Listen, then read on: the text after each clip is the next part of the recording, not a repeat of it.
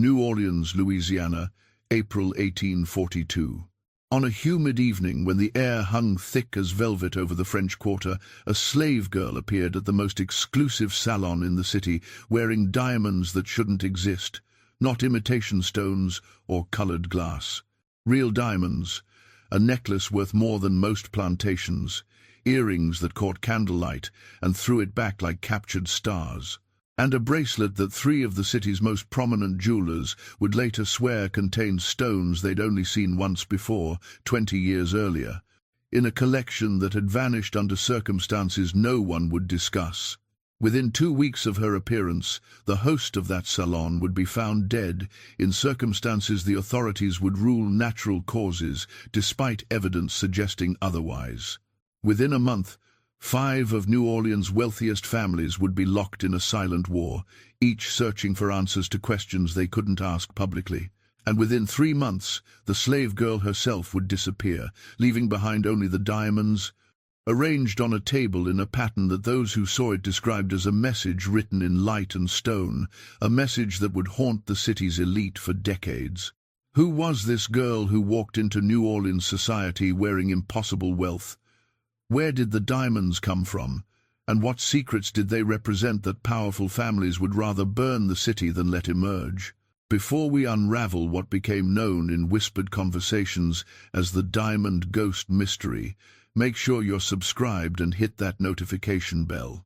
What you're about to hear involves levels of corruption and moral horror that New Orleans spent generations trying to erase from history. Drop a comment telling us where you're watching from. We're building a community of people who refuse to let uncomfortable truths stay buried. The truth begins not with the girl, but with the diamonds themselves, and a crime committed 2 decades before her appearance. Spring 1842 found New Orleans at the height of its golden age. The city had become the 4th largest in America, its port handling more commerce than anywhere outside New York. Cotton and sugar flowed through its warehouses in quantities that made fortunes overnight. And those fortunes built the mansions of the Garden District, funded the Opera House, and supported a social hierarchy as rigid and complex as anything in Europe. At the top of that hierarchy sat the Creole families, old money from France and Spain, people whose bloodlines supposedly justified their positions. The Beaumont family controlled shipping interests that touched 3 continents. Alexandre Beaumont, patriarch of 62 years, had built his empire through strategic marriages, calculated alliances, and a ruthlessness he disguised behind impeccable manners. His daughter Isabel served as the family's social general, hosting salons that determined who mattered in New Orleans society. Just below the Creole elite were the American merchants, newcomers with fresh money and ambitions to match. The Morrison family represented this class. Thomas Morrison had arrived from Philadelphia 15 years earlier with capital and connections. He'd married into Creole society through his wife Celeste, a Beaumont cousin, buying legitimacy through wealth and strategic friendship with Alexandra. His son Robert, 28 years old, was being groomed to take over the family's cotton factoring business and possibly run for political office. The third tier of power belonged to the professional class. Lawyers, doctors, jewelers, and merchants who served the wealthy but maintained their own considerable influence. Among these, 3 names dominated. Jacques Mercier, jeweler to the elite, whose shop on Royal Street held stones worth more than small nations. Dr. Henri Duclos, physician to Creole families, keeper of their medical secrets and by extension their social vulnerabilities, and Antoine Devereaux, attorney whose discretion made him invaluable to families conducting business they preferred, remain unrecorded. These 3 men, along with the Beaumont and Morrison families, formed the core of New Orleans' power structure in 1842. They existed in carefully balanced competition, allies when convenient, enemies when profitable, united only in their determination to maintain the social order that favored them. It was into this carefully controlled world that rumors began circulating in early April. A slave girl of unusual appearance had been seen in the French Quarter. Not unusual in itself. New Orleans had a complex racial hierarchy where free people of color, enslaved people, and whites mixed in ways that would have scandalized other southern cities. But this girl was different. Young, perhaps 18 or 19, with features that suggested mixed heritage. Skin the color of amber, hair that fell in dark waves past her shoulders, eyes of an unusual shade between brown and gold that seemed to shift in different light. But it wasn't her appearance that sparked whispers, it was what she wore. During the day she dressed simply, in the plain cotton that marked her status. But on 3 separate occasions, reliable witnesses had seen her in the evening, moving through the quarter in clothes that suggested wealth and wearing jewelry that couldn't possibly belong to a slave. The first sighting was dismissed as mistaken identity or exaggeration. The second caused conversation. The third prompted investigation. Isabel Beaumont first heard about the girl during her Tuesday Salon, a weekly gathering where the city's elite assembled to conduct the real business of New Orleans under the pretense of social conversation. The salon took place in the Beaumont Mansion on Esplanade Avenue, a 3-story Greek revival house with galleries that overlooked formal gardens. Isabel presided over these gatherings with absolute authority, her approval or disapproval capable of making or destroying social positions. The evening of April 10th began as always. Guests arrived at 7, servants, all enslaved, all trained to invisibility, moved through rooms offering wine and delicacies. Conversations flowed in French and English, touching on business, politics, and scandal in careful measure. Isabel held court from a settee near the fireplace, her sharp eyes missing nothing, her mind cataloguing every useful piece of information that emerged. It was Madame Celeste Morrison who mentioned the slave girl, carefully casual in a way that suggested the topic was anything but. "Isabel, have you heard about the curious situation in the quarter? A slave girl wearing jewelry that simply cannot be real, yet multiple people swear appears genuine." Isabel's expression didn't change, but her attention sharpened. Curious indeed. Whose slave? Surely someone claims ownership. That's what makes it strange. No one has come forward. The girl appears and disappears. Some say she's staying at a boarding house on Rampart Street, but when inquiries are made, the proprietor claims ignorance. Jacques Mercier, the jeweler, set down his glass with unusual force. "I've heard about this. One of my assistants claims to have seen her 3 days ago, wearing earrings he swears match a pair I made 20 years ago for." He stopped abruptly, glancing at Alexandra Beaumont, whose face had gone carefully blank. "For whom, Jacques?" Isabel asked, her voice deceptively gentle. "For a client whose business I'm not at liberty to discuss." The silence that followed was heavy with implication. Everyone in the room understood what wasn't being said. 20 years ago, the Beaumont family had suffered a scandal that nearly destroyed them. Alexandra's wife, Marguerite, had disappeared along with a significant portion of the family's jewelry collection. The official story was that she died during a yellow fever outbreak, and her jewels were buried with her, a Creole custom. But rumors suggested something darker, that Marguerite had tried to run away, that Alexandra had done something to prevent it, that the jewels had been disposed of to hide evidence of crime. No one spoke of this openly. The Beaumont family was too powerful, too connected, but everyone remembered, and now a slave girl was wearing jewelry that might connect to that buried scandal. Robert Morrison, reading the room's tension, attempted to lighten the mood. "Surely there's a simple explanation. Perhaps the stones are exceptional fakes. Or the girl is actually free, but pretending to be enslaved for some incomprehensible reason. Or," Dr. Duclos said quietly, "someone is making a point, sending a message through this girl that they expect certain people to understand." Isabel stood, signaling the evening's end more abruptly than usual. "Speculation serves no one. If there's substance to these rumors, I'm certain the appropriate authorities will investigate. Now, I believe it's grown late." But as guests departed, Isabel pulled her father aside. Alexandra Beaumont's composure had cracked slightly, enough that his daughter recognized genuine fear beneath his usual control.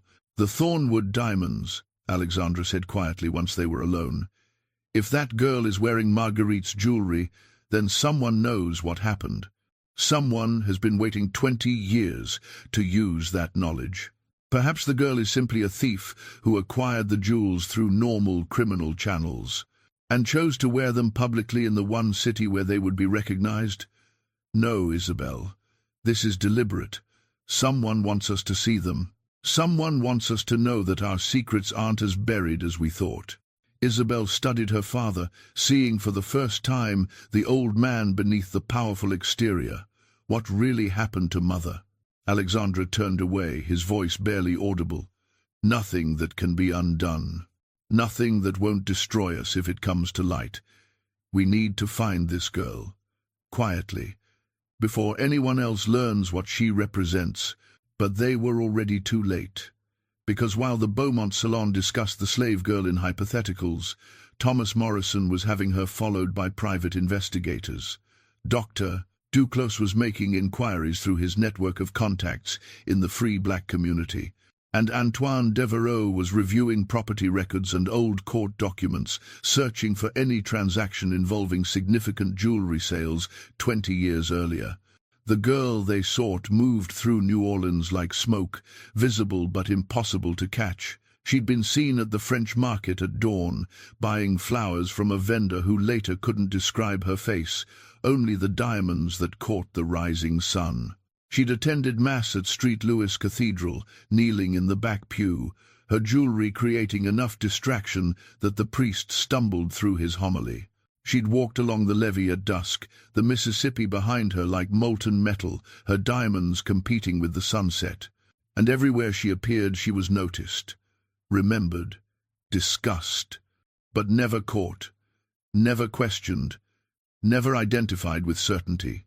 The slave who claimed to own her changed with each telling. Some said she belonged to a cotton factor from Baton Rouge, others insisted she was the property of a Creole widow on Rampart Street. A few suggested she was actually free, but wearing the diamonds as part of some incomprehensible game. The contradictions made investigation impossible. There was no official record of her, no bill of sale, no owner coming forward to reclaim stolen property or explain the mystery. It was as if she existed in the gaps between official reality and actual experience. Present, but impossible to pin down. Real, but somehow outside the normal rules that govern New Orleans society. Robert Morrison finally caught up with her on the evening of April 14th, 4 days after Isabel's salon. He'd been searching the French Quarter systematically, paying informants, following leads that evaporated into dead ends. But that evening, as he walked past Jackson Square, he saw her sitting on a bench near the iron fence, watching children play in the fading light. He approached carefully, aware that she'd evaded better investigators than himself. As he drew closer, he understood why people struggled to describe her. Her beauty wasn't conventional, but there was something magnetic about her presence. She wore a simple dress, nothing remarkable. But around her neck hung the diamond necklace that had sparked all this investigation. In the evening light, it seemed to glow with its own illumination. "Excuse me," Robert said, trying to sound casual. "I wonder if you might help me. I'm looking for someone, and you seem like you might know the quarter well." She turned to him with eyes that held amusement and something else. Knowledge, perhaps, or pity. "And who are you looking for, Mr. Morrison?" The fact that she knew his name stopped him cold. "How did you... You've been asking questions about me for 4 days. Did you think I wouldn't notice? Did you think I wouldn't know exactly who you are and why you're searching?" Robert recovered his composure. "Then you'll understand my curiosity. A slave girl wearing diamonds worth more than most plantations. It raises questions. I'm sure it does. But are they the questions you really want answered, or are you asking about jewelry to avoid asking about more dangerous things? I don't understand, don't you? Your family's wealth comes from cotton factoring, moving crops from plantation to market, taking a percentage of transactions built on stolen labor and stolen lives. You've never questioned where that money comes from, never asked about the human cost. But you'll investigate a girl wearing diamonds because that disrupts your comfortable certainties. The accusation struck Robert like a physical blow. He'd heard abolitionists make similar arguments, had dismissed them as radical ideology. But hearing it from this strange girl, stated as simple fact rather than political position, somehow made it harder to ignore. "Who are you?" he asked. "Someone who knows what you did," she replied. "Someone who knows what all of you did. The Beaumonts, the Morrisons, the professional men who profit from your commerce. You think your crimes are buried. You think 20 years is enough distance. But some debts don't expire. Some truths refuse to stay hidden." "What crimes? What are you talking about?" But she was already standing, moving away from him with that strange grace. Robert followed, calling after her, but she turned down a narrow passage between buildings, and when he reached it seconds later, the passage was empty. She'd vanished again, leaving him with more questions than answers, and a growing dread that something was coming, something that had been building for 20 years. He returned home to find his father waiting with Dr. Duclos and Antoine Devereux. The three men sat in Thomas Morrison's study, their expressions grave. A bottle of brandy sat between them, already half empty, though it was barely 8 o'clock. "We have a problem," Thomas said without preamble, "a significant problem that goes beyond mysterious jewelry." Robert poured himself a glass, his hand shaking slightly. "I just spoke with the girl. She knows about us, about our families. She said something about crimes and debts." The three older men exchanged glances. Finally, Dr. Duclos spoke.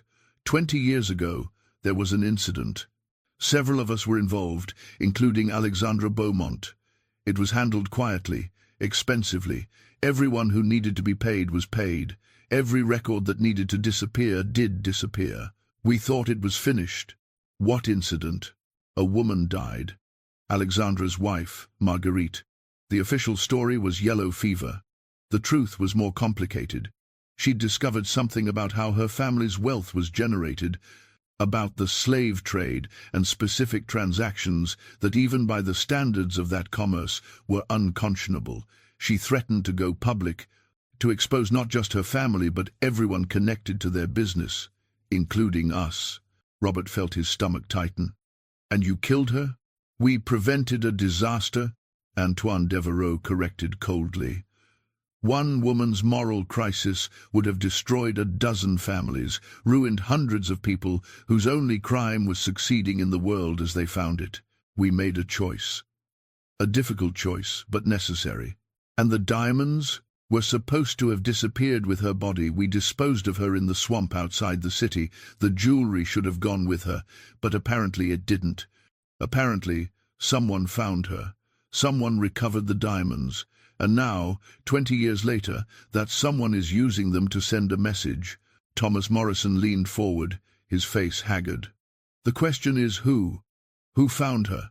Who kept this secret for 2 decades? And what do they want from us now?"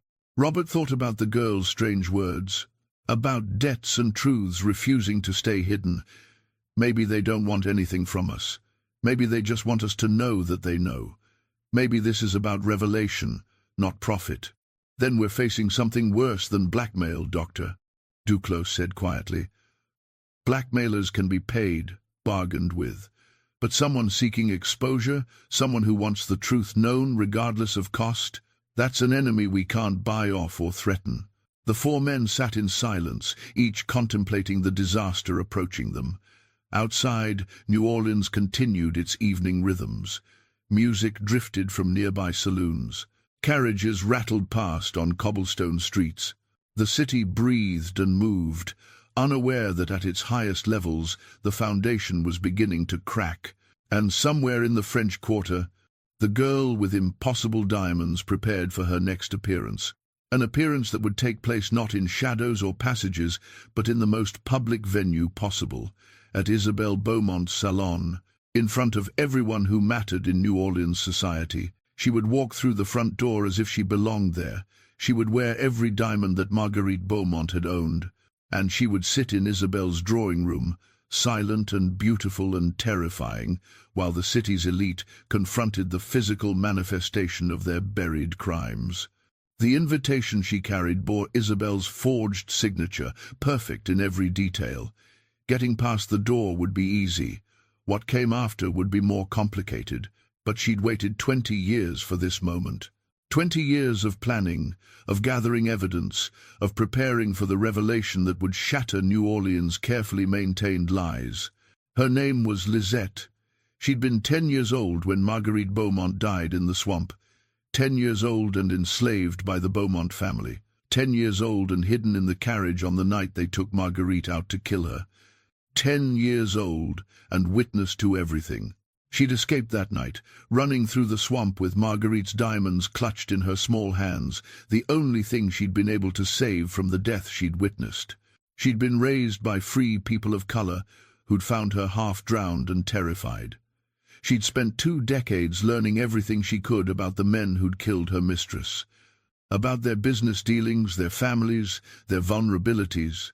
And now she was ready to make them see her, ready to make them remember what they'd done, ready to reveal secrets that New Orleans had spent 20 years trying to bury. The reckoning was about to begin, and it would be written in diamonds and blood and truth that refused to stay hidden in swamps.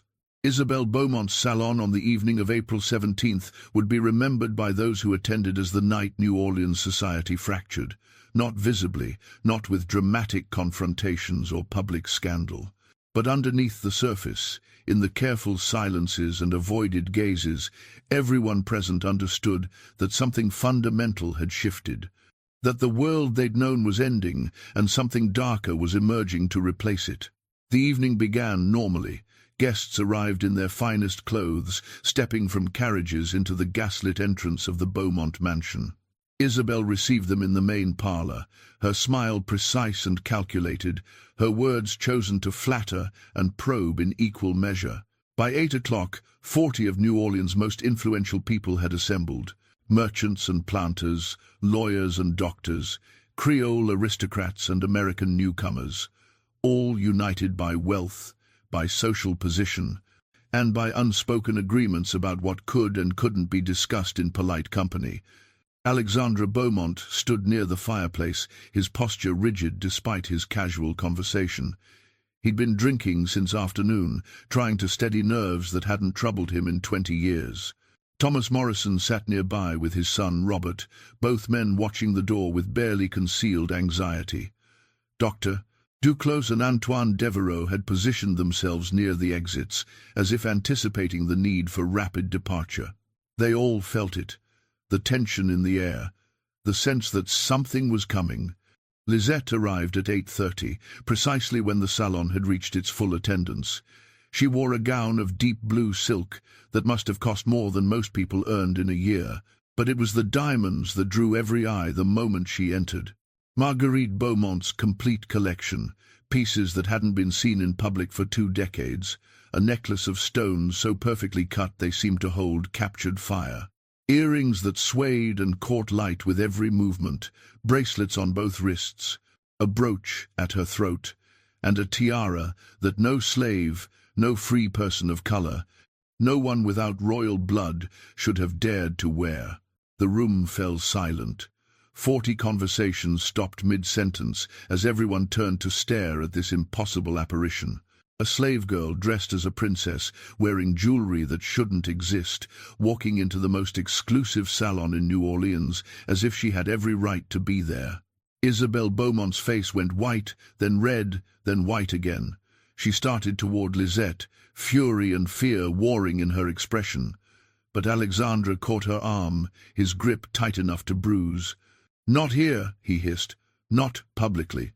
We handle this quietly." But quiet was no longer possible, because Lisette didn't stand in the doorway waiting to be challenged or dismissed. She walked calmly into the center of the room, her bearing suggesting nobility rather than bondage, her eyes meeting the stares directed at her with something approaching pity. "Good evening," she said, her voice clear and cultured, French accent perfect. "Thank you for receiving me, Mademoiselle Beaumont. I know my invitation was unconventional, but I have something to share with you all." A story that I believe will interest everyone present. You have no invitation, Isabel said, trying to reassert control. You're trespassing.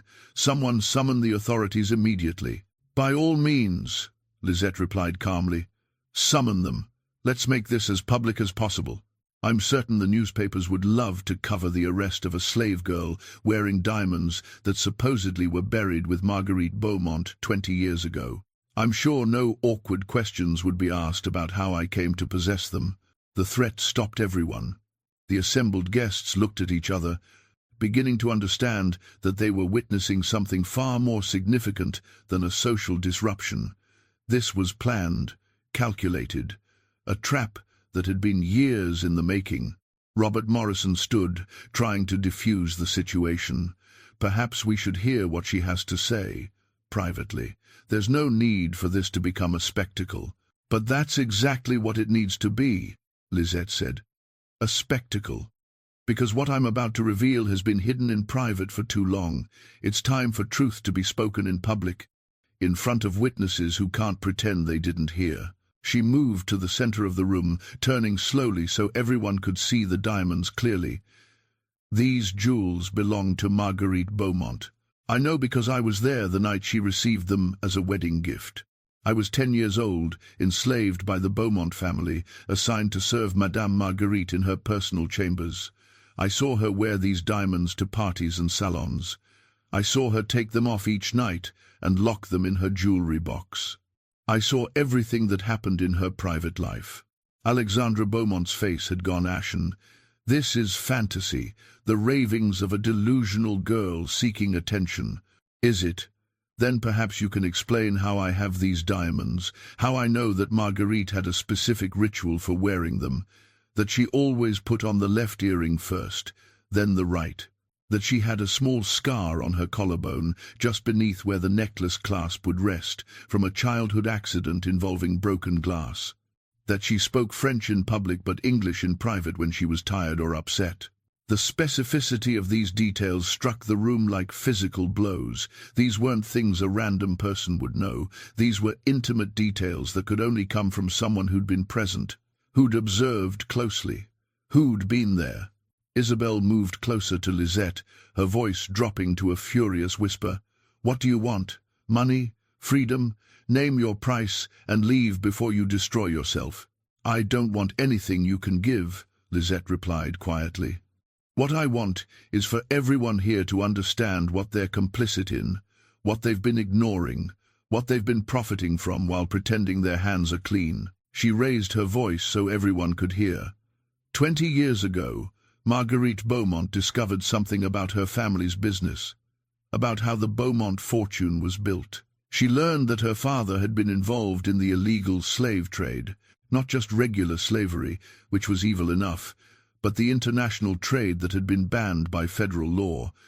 Ships from Africa bringing human cargo to Louisiana through secret channels, children torn from families, men and women packed into holds like animals, many dying during the voyage. The survivors sold at premium prices to plantations throughout the South. Gasps rippled through the room. This was dangerous knowledge, the kind that could bring federal investigations, destroy businesses, ruin families. Speaking it aloud was incredibly reckless, or incredibly brave. Alexandra stepped forward, his voice shaking with rage and fear. This is slander, lies designed to damage my family's reputation. I'll see you prosecuted for defamation. Will you? And how exactly will you prove these are lies without opening your business records to examination, without allowing investigators to trace your transactions back 20 years? Are you that confident in what they'll find?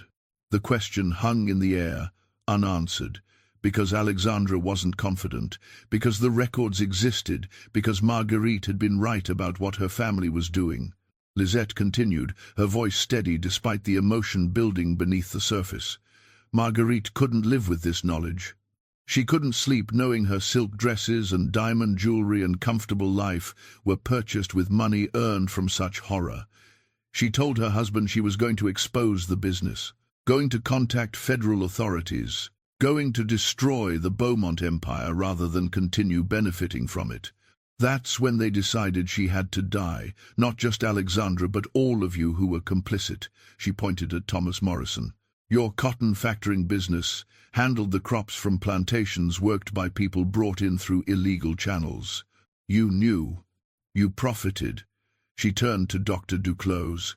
You treated the sailors who worked on those ships when they fell ill. You saw the conditions they described.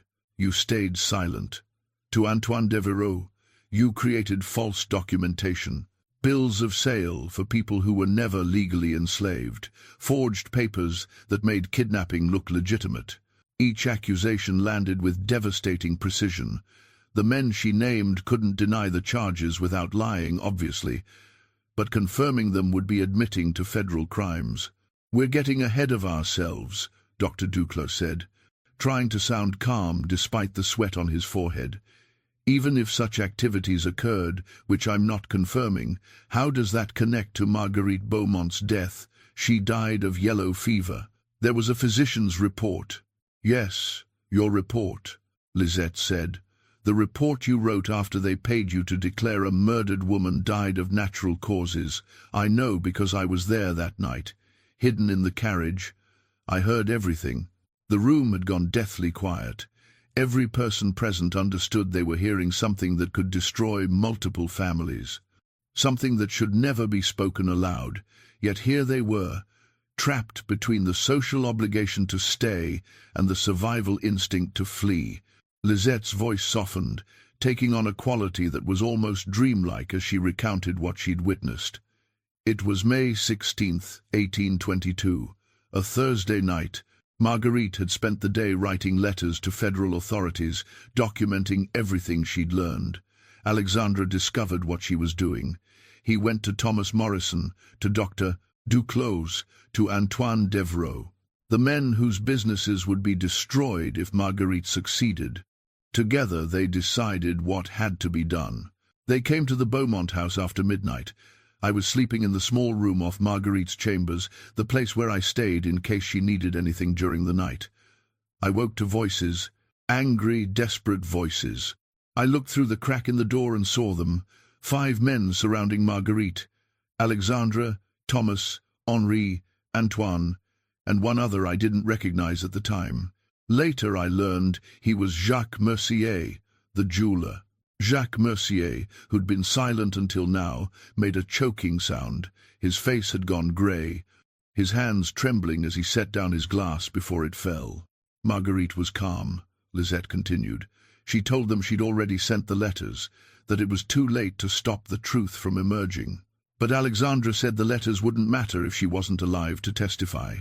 If there was no one to corroborate the accusations, they told her she was going to die, made her choose between poison or violence.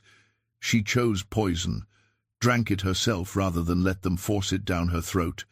She wanted to maintain some dignity even in death. Tears were running down Lisette's face now, but her voice never wavered. I watched her die, watched her convulse and struggle to breathe, watched these men, these respectable gentlemen, stand around her bed and wait for the poison to finish its work. And when she was finally dead, they stripped the diamonds from her body, took the jewelry she'd been wearing, wrapped her corpse in canvas, and carried her out to a carriage. I followed. I don't know why. Maybe I thought I could help her somehow even though she was already gone. Maybe I just couldn't let her go alone into whatever they were planning. I hid in the back of the carriage while they drove into the swamp. I watched them throw her body into the water. Watched them weight it down with chains so it would sink and never be found. And I heard them discuss how to explain her disappearance. The room was absolutely silent now. Even those who'd come to the salon, knowing nothing about this history, could feel the weight of what was being revealed, the horror of it, the casual cruelty of powerful men disposing of an inconvenient woman like waste. Dr. Duclos would write a report about yellow fever, Lisette said. Antoine Devereux would handle the legal paperwork. Jacques Mercier would quietly sell some of the diamonds through his international contacts, providing money to pay off anyone who asked awkward questions. Thomas Morrison would use his business connections to intercept any correspondence Marguerite had sent, ensuring her accusations never reached federal authorities. And Alexandra Beaumont would play the grieving widower, accepting condolences from a society that never questioned the official story. But they made one mistake. They forgot about the 10-year-old slave girl who saw everything. They didn't realize I was in the carriage, and when they threw Marguerite's body into the swamp, I managed to grab the jewelry box they'd tossed in after her. I held my breath and dove down in the dark water, found the box before it sank too deep, and swam away while they were busy weighing down the body. I escaped through the swamp, nearly died from exhaustion and fear and the animals that hunted there, but I survived. I was found by free people of color who asked no questions about the terrified child with a box of diamonds. They raised me, educated me, helped me understand what I'd witnessed and what it meant. Alexandra Beaumont had collapsed into a chair, his face buried in his hands. The other men stood frozen, unable to speak, unable to defend themselves against accusations that were clearly true. Around the room, the assembled guests watched in horrified fascination as their society's foundations crumbled before their eyes. But Lisette wasn't finished. She walked to Isabelle Beaumont, who stood rigid with shock and fury, and spoke directly to her. "You were 12 years old when your mother died, old enough to remember her. Old enough to love her.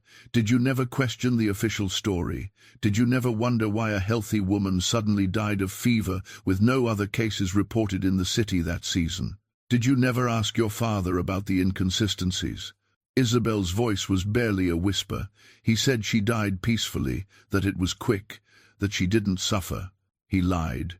She suffered terribly, and she died knowing her own husband valued money more than her life, more than her conscience, more than the truth she was trying to expose. Isabel's composure finally shattered. She turned on her father with fury that was decades in the making. "Is this true? Did you murder my mother?" Alexandra couldn't meet her eyes. His silence was answer enough. The salon dissolved into chaos. Guests rushing for exits, not wanting to be associated with what they'd just witnessed. Servants appearing to ask if they should summon authorities, then disappearing when they realized their employers couldn't answer. Isabel screaming at her father while he sat mute, broken by the exposure of secrets he'd protected for 20 years. Robert Morrison grabbed Lisette's arm, his face desperate. Why now?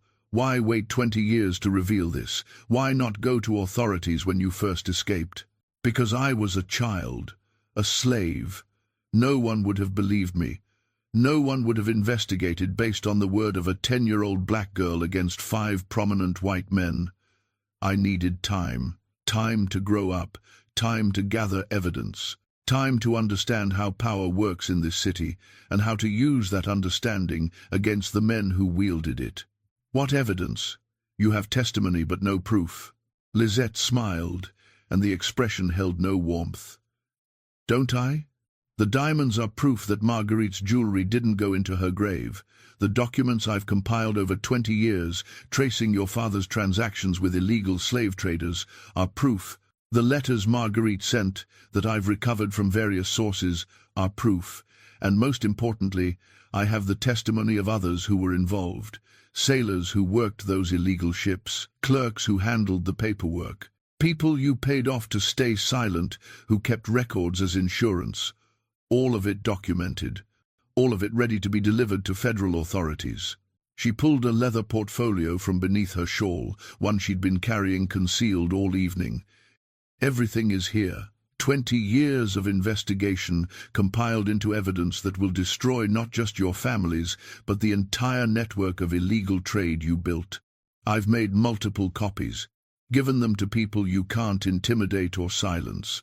If anything happens to me, if I disappear or die under suspicious circumstances, every copy goes public simultaneously. Thomas Morrison's face had gone pale. What do you want? If you're not here for money or blackmail, what's the point of this revelation? Justice, Lisette said simply. Not just for Marguerite, though she deserves it. Justice for every person brought here in chains through your illegal trade, every family torn apart, every life destroyed. I want the truth spoken aloud where everyone can hear it.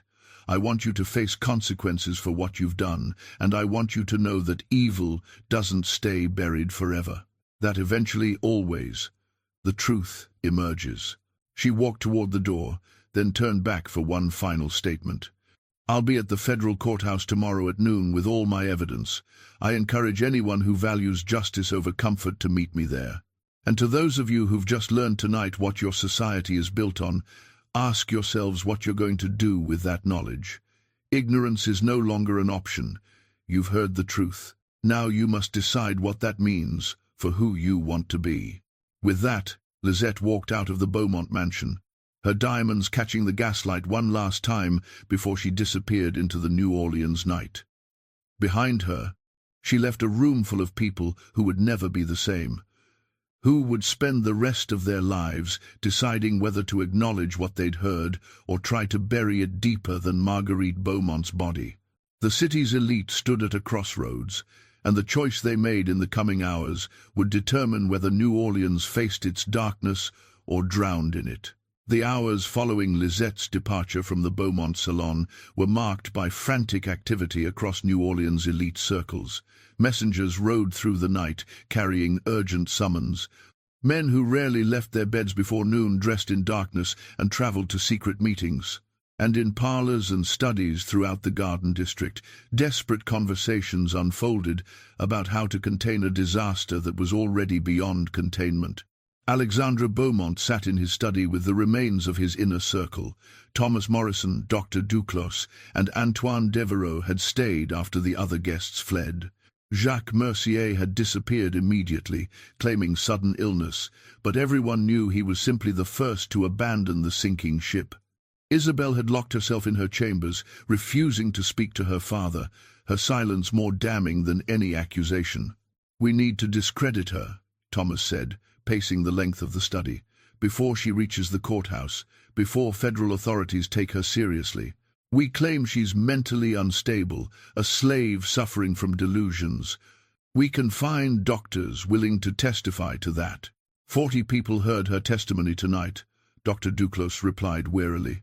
40 witnesses who saw her wearing Marguerite's diamonds, who heard details only someone present could know. You can't make that disappear with medical opinions. "Then we silence her permanently," Antoine Devereaux said, his voice cold. "We've done it before. We can do it again." Alexandre looked up from his hands, his face haggard. "And create a martyr? You heard her. She has copies of everything, multiple copies with people we can't reach. If she dies, it all goes public anyway. We're trapped." "Then what do you suggest?" Thomas demanded. "We sit and wait for federal marshals to arrest us? We accept prison and financial ruin? My son will inherit nothing but shame because of this disaster." Robert Morrison, who'd been silent until now, spoke from his position by the window. "Maybe we should let them arrest us. Maybe that's what we deserve." The 4 older men turned to stare at him with expressions ranging from disbelief to fury. "What did you say?" Thomas asked, his voice dangerously quiet. "I said maybe we deserve this. Everything she described tonight, it was true. I could see it in your faces. All of you. You killed a woman because she threatened your profits. You trafficked in illegal human cargo.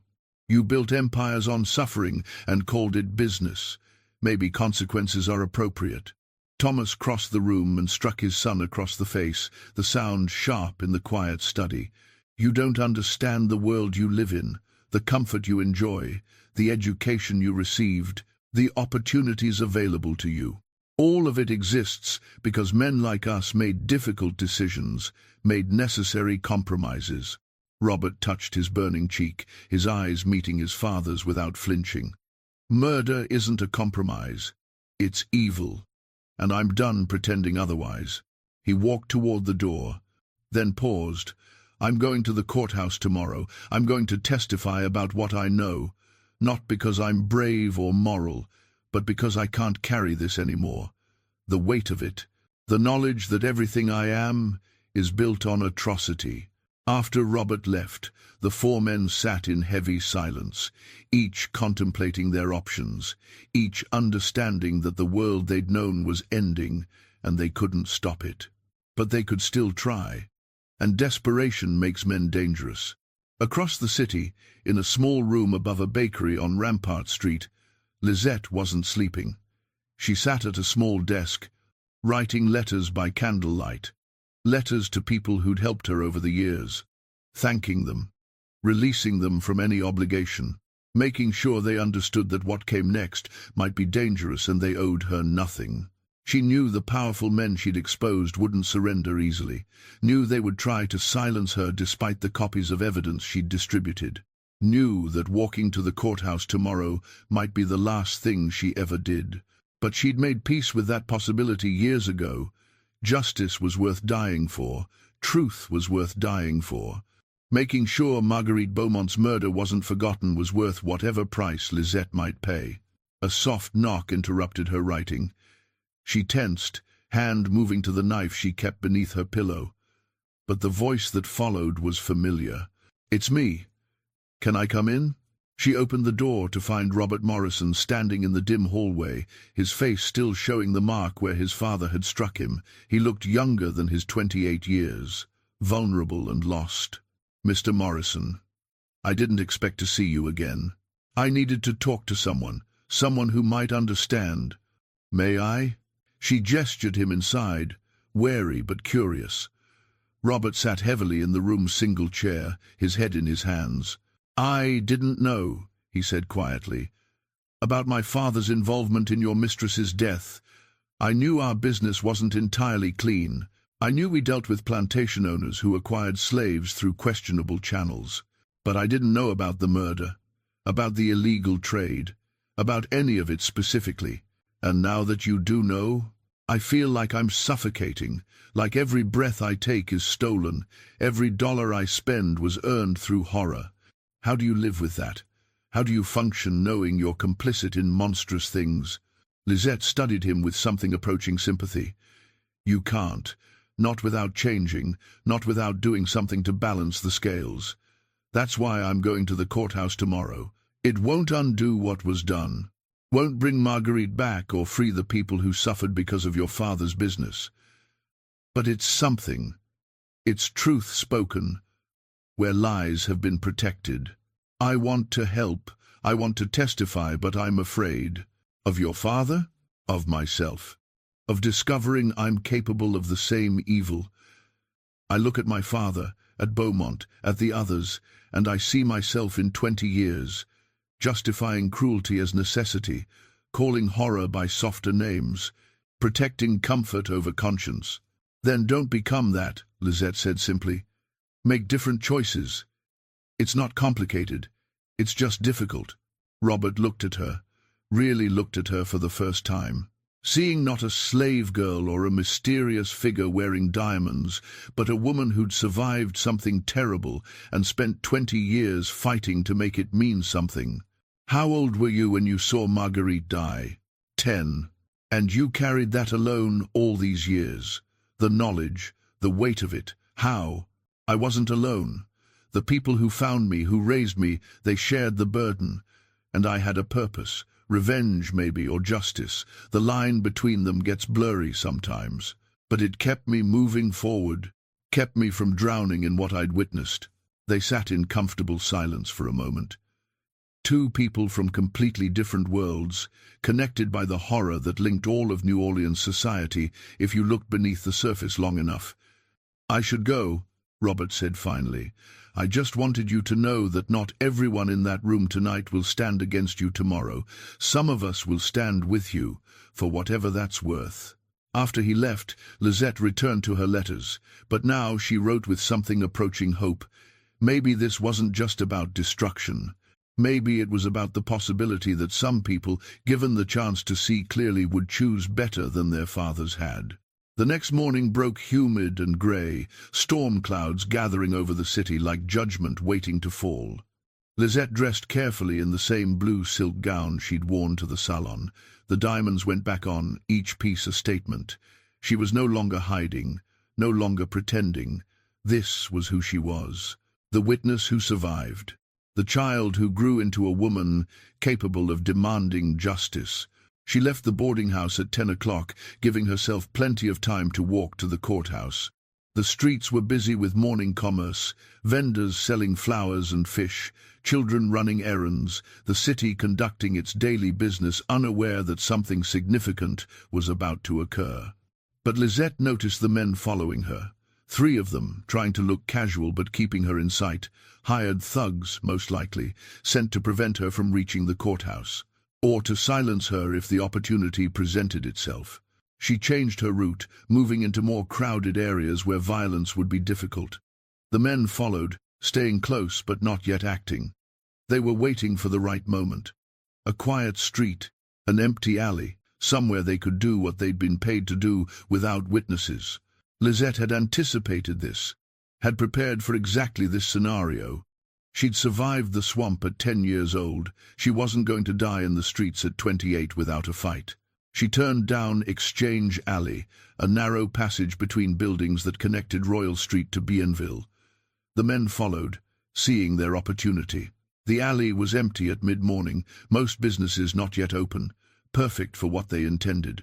But Lisette wasn't alone. From doorways and shadows emerged a dozen men and women, free people of color, who'd been waiting for exactly this moment. People she'd helped over the years.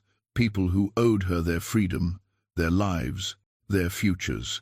They surrounded the 3 thugs with expressions that suggested violence was about to become mutual. The lead thug, a scarred man with cold eyes, assessed the situation and apparently decided discretion was worth more than whatever he'd been paid. He and his companions retreated quickly, leaving Lisette with her protectors. "Thank you," she said quietly. "We walk with you to the courthouse," one of them replied. A woman named Marie, who Lisette had helped escape from illegal bondage 5 years earlier. "All of us. We stand witness too." And so Lisette arrived at the federal courthouse, not alone but accompanied by a small crowd, people who'd been victims of the system she was exposing. People who'd survived and wanted their survival to mean something. The courthouse steps were already crowded. Federal marshals stood at the entrance, having been notified that something significant was about to occur. And clustered near the bottom of the steps, clearly there to intimidate, stood representatives of every major family Lisette had exposed. Not Alexandra or Thomas themselves. They were too smart to appear publicly. But their lawyers, their business associates, their hired men, all making clear that they contested Lisette's right to be heard. And standing apart from both groups, looking isolated and uncertain, was Robert Morrison. He'd come as promised, had chosen his side. Lisette climbed the courthouse steps with her protectors flanking her. The leather portfolio containing 20 years of evidence felt heavy in her hands. This was the moment everything had been building toward. The moment when truth would be spoken officially, recorded permanently, made real in ways that couldn't be denied or forgotten. But as she reached for the courthouse door, a commotion erupted behind her. Shouts. The sound of horses being driven too fast through crowded streets. She turned to see a carriage careening toward the courthouse, driving recklessly, people scattering to avoid being trampled. The carriage stopped abruptly at the base of the steps. Alexandre Beaumont emerged, his face desperate and determined. He climbed the steps toward Lisette with surprising speed for a man of his age. "Wait," he called. "Please, wait." Lisette paused. Curious, despite herself, Alexandre stopped a few feet from her, breathing hard, his eyes red from what looked like hours of crying. "What I did was unforgivable," he said, loud enough for everyone on the steps to hear. "I killed my wife because she threatened my business, because I valued money more than her life, more than truth, more than my own soul. I've lived with that guilt for 20 years. It's destroyed me from inside, made me into something monstrous." He pulled papers from his coat. "This is my confession. Everything you were going to expose, I've written down in my own hand. Signed and dated. I'm turning myself in to federal authorities. I'm accepting whatever punishment they decide is appropriate. And I'm asking, begging, that you don't expose the others. Let me take the full weight of this. Let me protect at least some people from the consequences I deserve alone." Lisette studied him, searching for deception and finding only broken honesty. You want to protect your accomplices?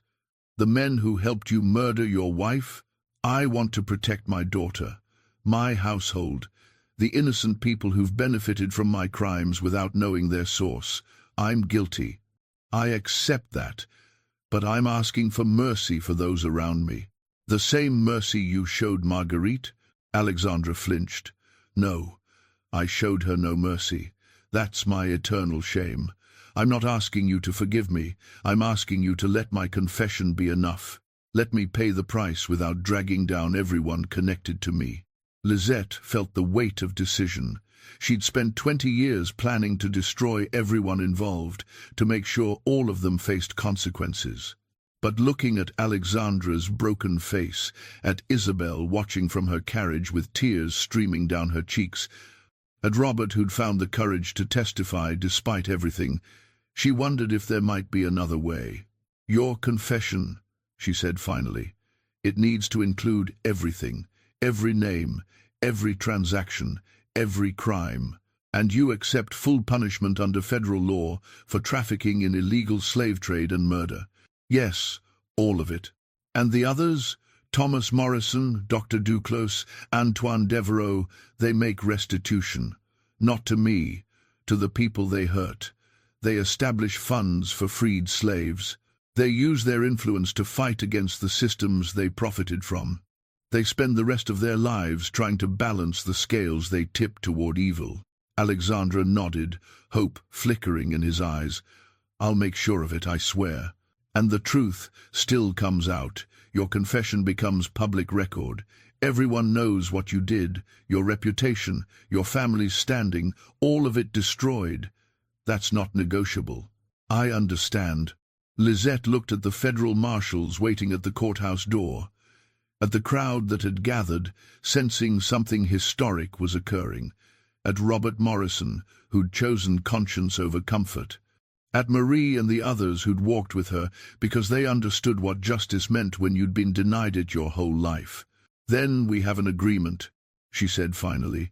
You face justice, the others make restitution, and the truth is told so that Marguerite Beaumont's death means something, so that everyone understands what this city's wealth has been built on. Alexandra handed his confession to the federal marshals, who took it with expressions suggesting they understood its significance. The senior marshal looked at Lisette. You have additional evidence? She handed him the leather portfolio, 20 years of documentation, names, dates, transactions, everything needed to understand the full scope of what occurred.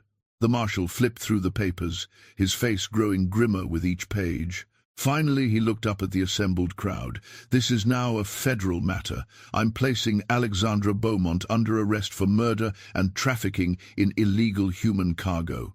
Anyone else named in these documents should consider themselves under investigation. If you have information relevant to these crimes, federal authorities expect your cooperation. As marshals led Alexandra away in chains, the crowd began to disperse. Some looked satisfied, others seemed troubled by what they'd witnessed. But everyone understood that New Orleans had changed today, that a secret buried for 20 years had been exposed, and nothing would be the same. Robert approached Lisette on the courthouse steps. What you did today, it took courage I'm not sure I'll ever have. You were here, you chose to stand up, that's courage. It's the beginning. I have a lot to make up for, a lot to learn about how to live differently than my father did. Then learn and teach others. That's how change happens, one person at a time, deciding to be better than what came before. Isabelle Beaumont climbed the steps to where Lisette stood. Her face was composed, but her eyes held decades of pain and confusion. I don't know whether to thank you or hate you. You've destroyed my family. Your father destroyed your family when he killed your mother. I just made sure the truth didn't stay buried with her. Will you tell me about her? About my mother in those last months? I want to understand who she was beyond the sanitized memory I've carried. Lisette considered the request, then nodded. Yes, she deserves to be remembered fully, as the woman who tried to do the right thing even when it cost everything. The two women walked down the courthouse steps together, daughter of the murdered woman, and the girl who'd witnessed it, connected by tragedy but perhaps capable of building something new from its ruins. As Lisette left the courthouse, she removed the diamonds one by one, the necklace, the earrings, the bracelets, the tiara. She placed them in a box and handed them to a federal marshal. These belong to Marguerite Beaumont. They should be returned to her daughter. They're not symbols of murder anymore, just jewelry, just things. She walked away from the courthouse lighter than she'd felt in 20 years. The weight of that night in the swamp, of Marguerite's death, of carrying justice alone for so long, finally lifted. Not gone. Never completely gone. But bearable now. Shared, made into something more than just pain. Behind her, New Orleans began the painful process of reckoning with truths it had tried to bury. Some would choose denial, some would choose change, but none of them could claim ignorance anymore. The slave girl who wore diamonds had spoken truth in a place where lies had reigned. And truth, once spoken, is very hard to silence.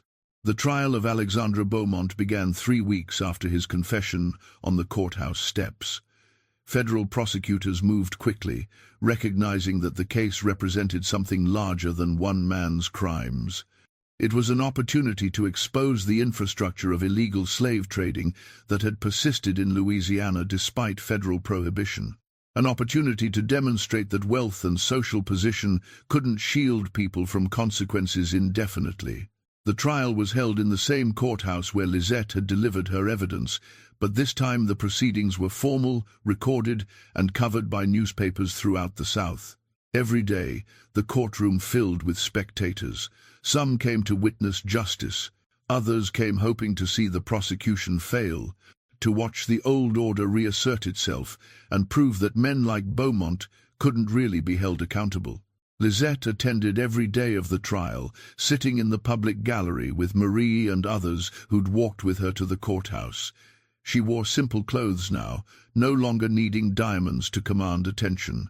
Her testimony on the 4th day lasted 6 hours. She recounted everything she'd witnessed that night in 1822, every detail of Marguerite's murder, every name of the men involved, every word of their conversations as they disposed of the body. Defense attorneys tried to discredit her. They emphasized her age at the time, suggesting a child's memories couldn't be trusted. They noted her enslaved status, implying that slaves were inherently unreliable witnesses. They questioned why she'd waited 20 years to come forward, suggesting her story was fabricated for attention or profit. But Lisette's testimony was too specific, too detailed, too clearly true to be dismissed. And when prosecutors presented the physical evidence, the diamonds that matched Beaumont family records, the letters Marguerite had written documenting the illegal trade, the financial records showing transactions with known smugglers, the defense collapsed. No amount of legal maneuvering could overcome the weight of truth supported by documentation. Alexandre Beaumont was convicted on multiple counts: murder, conspiracy to commit murder, trafficking in illegal human cargo, operating a criminal enterprise. The judge, a federal appointee from Massachusetts who had no loyalty to Louisiana's social hierarchy, sentenced him to life imprisonment. He would die in a federal prison in Pennsylvania 7 years later, having lost everything: his fortune, his family, his name, all of it destroyed by the crime he'd thought safely buried. But Alexandre's conviction was only the beginning. The trial had exposed names and connections that federal prosecutors couldn't ignore. Thomas Morrison, Dr. Henri Duclos, and Antoine Devereaux were all indicted based on evidence presented during Alexandre's trial. Jacques Mercier fled to France before he could be arrested, living in exile for the rest of his life, his once prestigious jewelry business seized by federal authorities. Thomas Morrison's trial revealed the full scope of the illegal slave trade operating through New Orleans. Ships arriving at night with human cargo from Africa and the Caribbean. False documentation created to make kidnapped free people appear legally enslaved. A network of corruption involving customs officials, port authorities, and local law enforcement. The testimony exposed not just individual crimes, but a system that had operated for decades with the knowledge and participation of New Orleans elite. Thomas was convicted and sentenced to 20 years in federal prison. His business was dismantled, his assets seized, his family's reputation destroyed. Robert Morrison, who had testified against his own father, inherited nothing but shame and the burden of deciding what to do with that inheritance. Dr. Duclos and Antoine Devereaux both accepted plea bargains, confessing to their roles in Marguerite's murder and the illegal trade in exchange for reduced sentences. Both men spent years in prison. Both emerged broken, their professional lives destroyed, their names synonymous with corruption and evil. The trials sent shockwaves through Southern society. If men as powerful as Alexandra Beaumont and Thomas Morrison could be convicted and imprisoned, no one was safe. If federal authorities were willing to investigate illegal slave trading this aggressively, every family involved in the commerce had reason to fear. The trials didn't end slavery. That would take a war and another 20 years. But they cracked the certainty that had allowed the system to function without serious challenge. Lisette watched these consequences unfold with mixed feelings. She'd wanted justice for Marguerite. She'd wanted the men who murdered her held accountable. But she also understood that individual convictions didn't fundamentally change the system that had made those crimes possible. Slavery itself continued. People were still bought and sold. Families were still torn apart. Individual evil had been punished, but structural evil remained intact. 6 months after Alexandra's conviction, Lisette sat in a small office on Royal Street, meeting with Robert Morrison and Isabelle Beaumont. The three of them had formed an unlikely alliance, united by their connection to the crimes that had destroyed their families and their shared desire to make something constructive from the wreckage.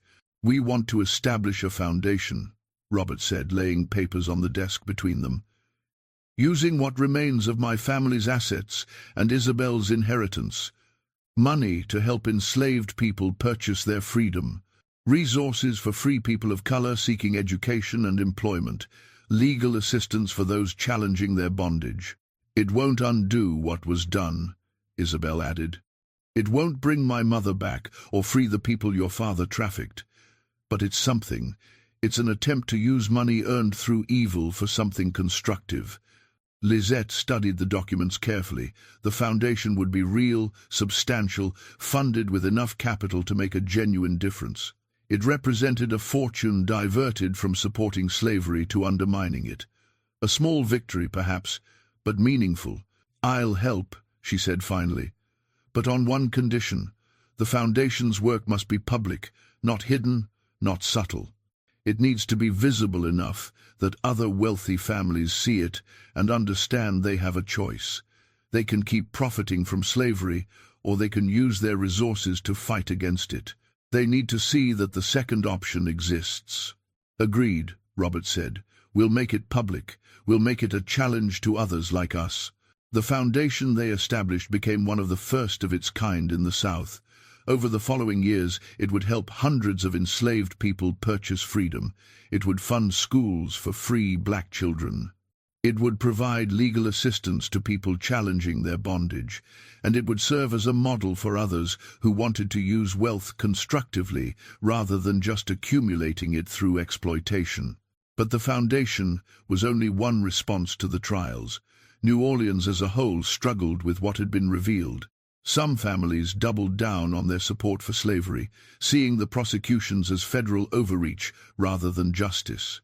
They closed ranks, protecting remaining members of the illegal trade network, making it clear they wouldn't cooperate with further investigations.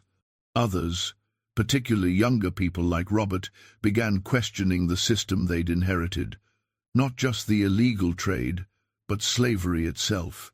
Whether it could be morally justified under any circumstances. Whether wealth built on human bondage was worth having.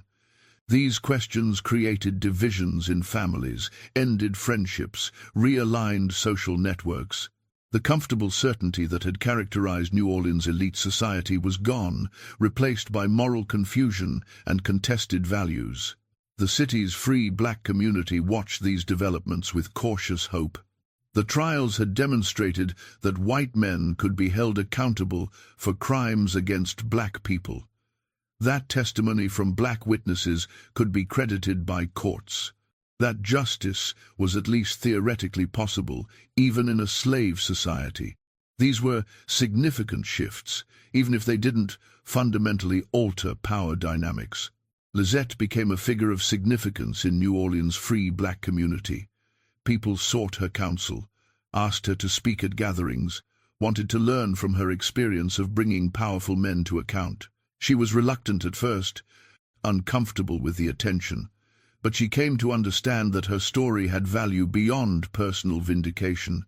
It demonstrated that resistance was possible, that truth could overcome power if pursued with enough determination and courage. One evening, nearly a year after the trials, Lizette was invited to speak at a gathering in a black church on Claiborne Avenue. The church was packed with people wanting to hear from the woman who'd brought down Alexandra Beaumont. She stood at the pulpit, looking out at faces ranging from children to elderly people who'd survived decades of bondage, and she spoke not about revenge, but about endurance. "What I did wasn't heroic," she said. "It was survival. I witnessed something terrible as a child, and I carried that knowledge for 20 years. I could have let it destroy me. Many people in similar circumstances do. The weight of trauma is crushing. But I found people who helped me carry it, who gave me purpose beyond just surviving, who showed me that witnessing evil creates an obligation to speak truth about it. Justice for Marguerite Beaumont doesn't undo her murder. Convictions of the men who killed her don't restore her life. But speaking the truth matters anyway. It matters because silence protects evil. It matters because the powerful rely on victims staying quiet. It matters because every time we speak truth about what was done to us, we chip away at the foundations of systems built on lies. Some of you have survived horrors I can't imagine. Some of you carry stories you've never been able to tell because no one with power would listen.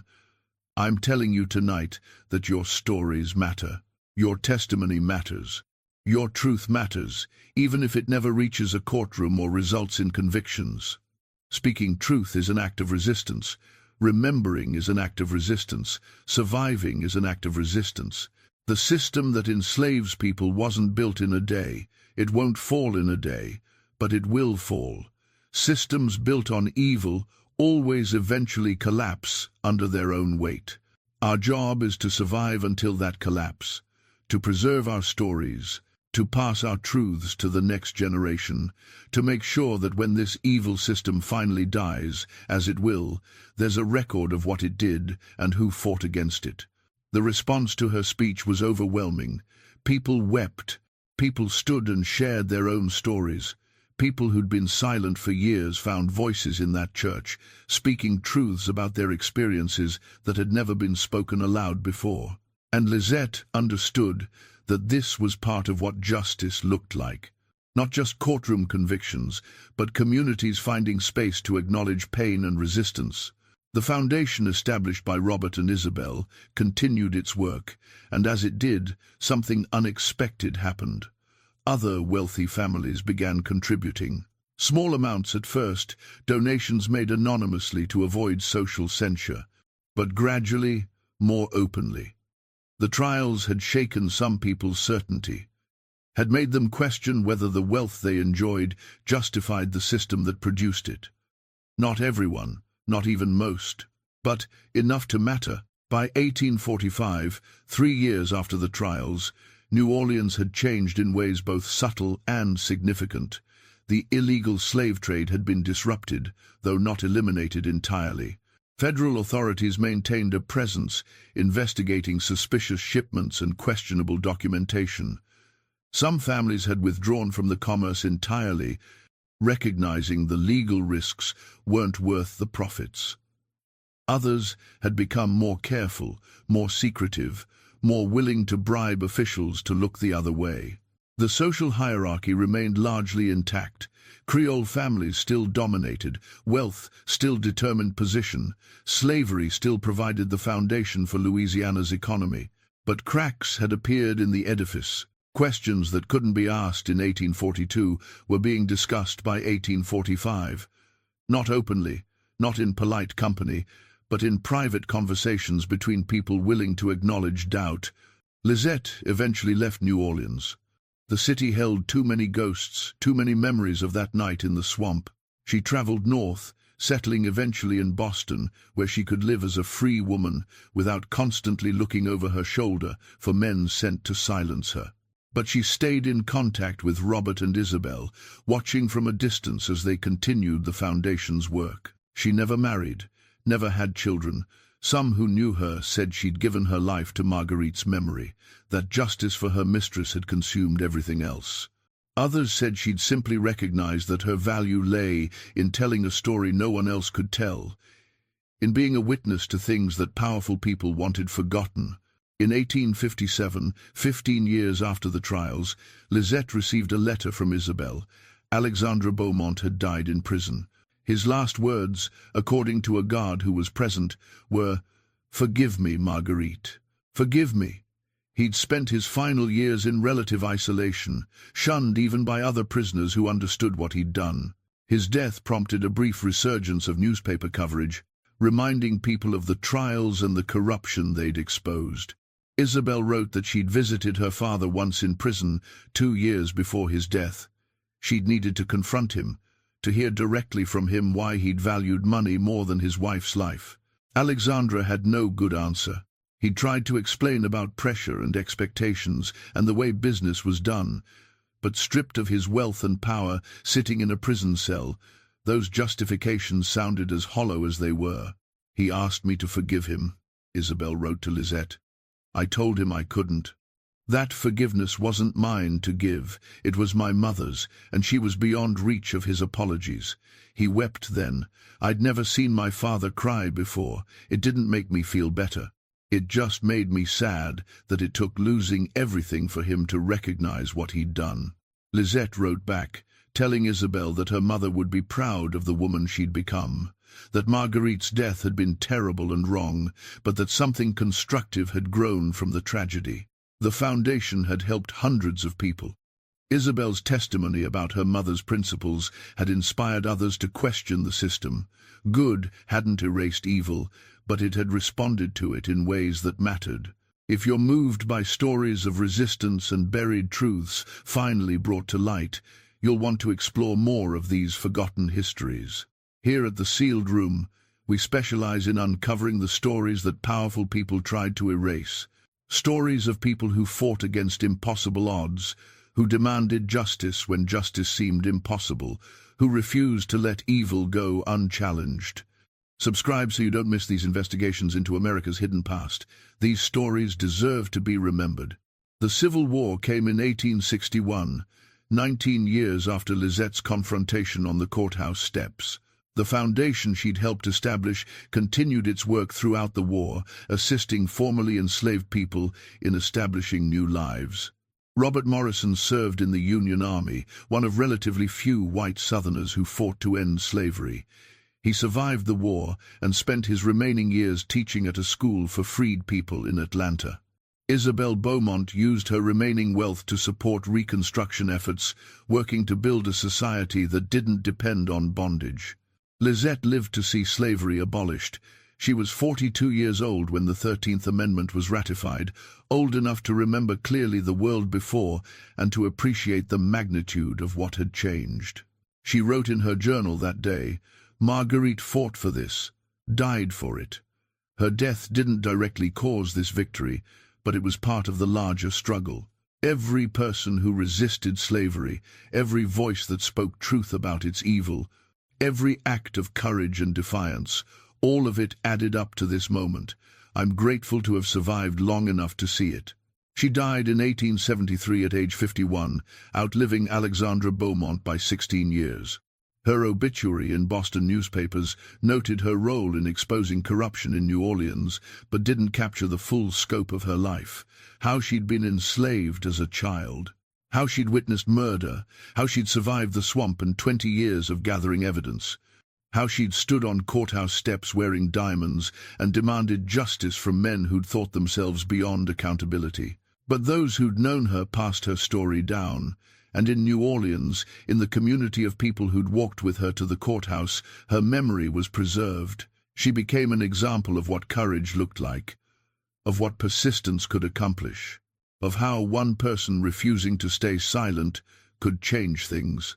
The diamonds themselves, returned to Isabel after the trial, were eventually sold. The money was donated to the foundation, used to build a school for black children in New Orleans. The school operated until 1877, when Reconstruction ended and white supremacist governments regained control of Louisiana. But for 12 years, it provided education to hundreds of children who otherwise would have had none. A legacy built on stones that had once symbolized murder, transformed into something constructive. The mystery of the slave girl who wore diamonds became part of New Orleans folklore. Stories circulated with varying levels of accuracy. Some versions made Lisette into a romantic figure, a tragic heroine fighting for doomed love. Others turned her into a symbol of black resistance, which was more accurate but still simplified the complexity of her experience. A few people who'd actually known her tried to preserve the real story, but memory is unreliable and details blurred over time. What survived with clarity was the essential truth that a girl enslaved at 10 years old had witnessed her mistress murdered by powerful men, that she'd escaped with diamonds that shouldn't exist, that she'd waited 20 years and then demanded justice in a society designed to deny her any standing to demand anything, that she'd succeeded in bringing those men to account through courage and patience and determination that most people couldn't imagine sustaining.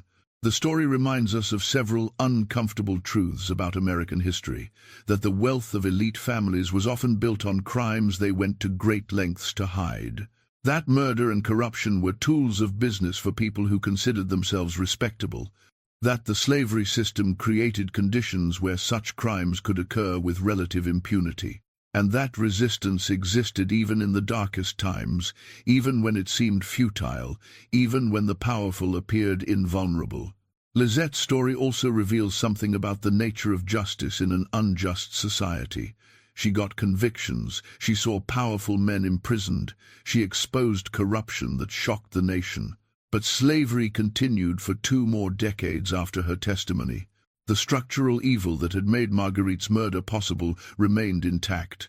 Individual accountability didn't translate into systemic change, at least not immediately. Yet her actions mattered. The trials she initiated did disrupt the illegal slave trade, did inspire others to question the system, did demonstrate that accountability was theoretically possible even for the powerful, did preserve truth about crimes that would otherwise have been forgotten. Justice was incomplete, as justice usually is, but it was real. The question her story poses to us is what we do with knowledge of historical evil. Do we look away because it's uncomfortable? Do we minimize it because acknowledging its full scope would require reconsidering narratives we find comforting?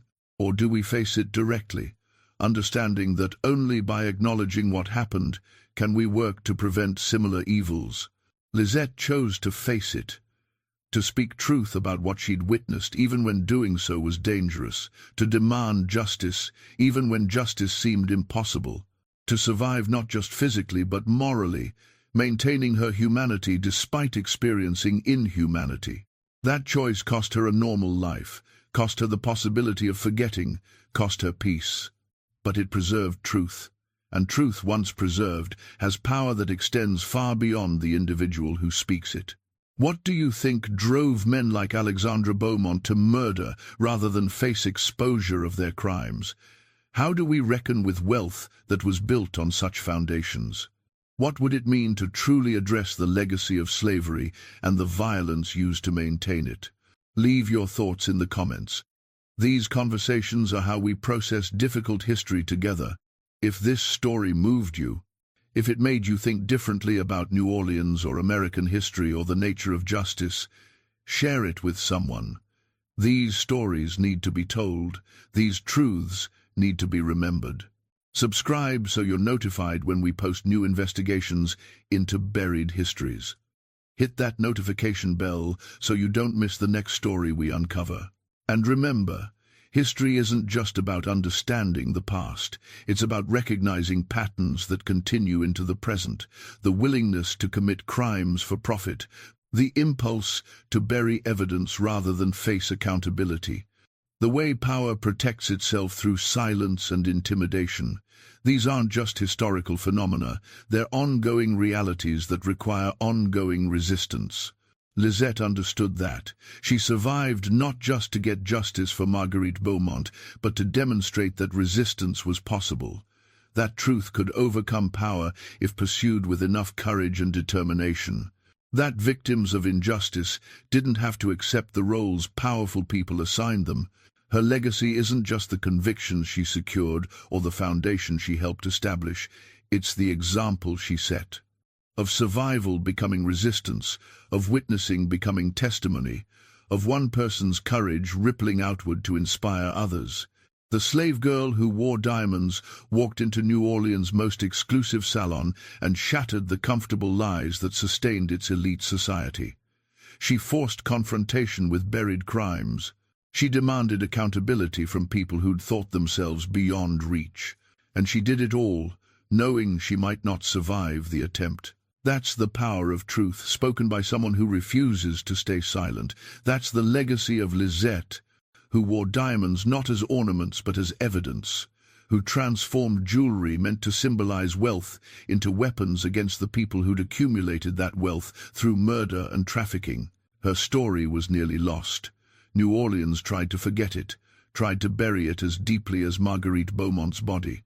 But truth has a way of surfacing, stories persist, and now, more than 180 years after Lisette stood on those courthouse steps, we can remember what she did and what it cost and what it accomplished. We can honor her not just by remembering, but by recognizing that her fight continues. That systems of oppression still exist, that power still tries to silence truth, that resistance is still necessary. Until next time, keep questioning what you've been told. Keep searching for the stories that were deliberately hidden.